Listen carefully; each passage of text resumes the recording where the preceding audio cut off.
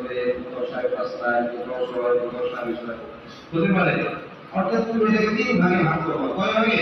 3 ভাগে। কয় করে? 5 লাইন করে।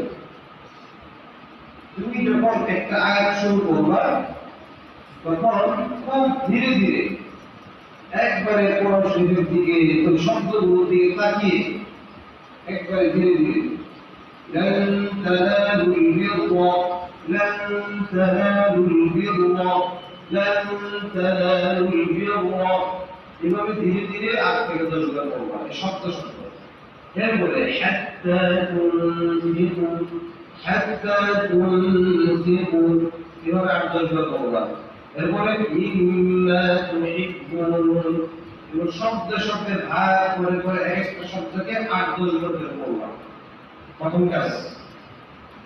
দ্বিতীয় কাজ হলো এটাকে আবার মিলাই করে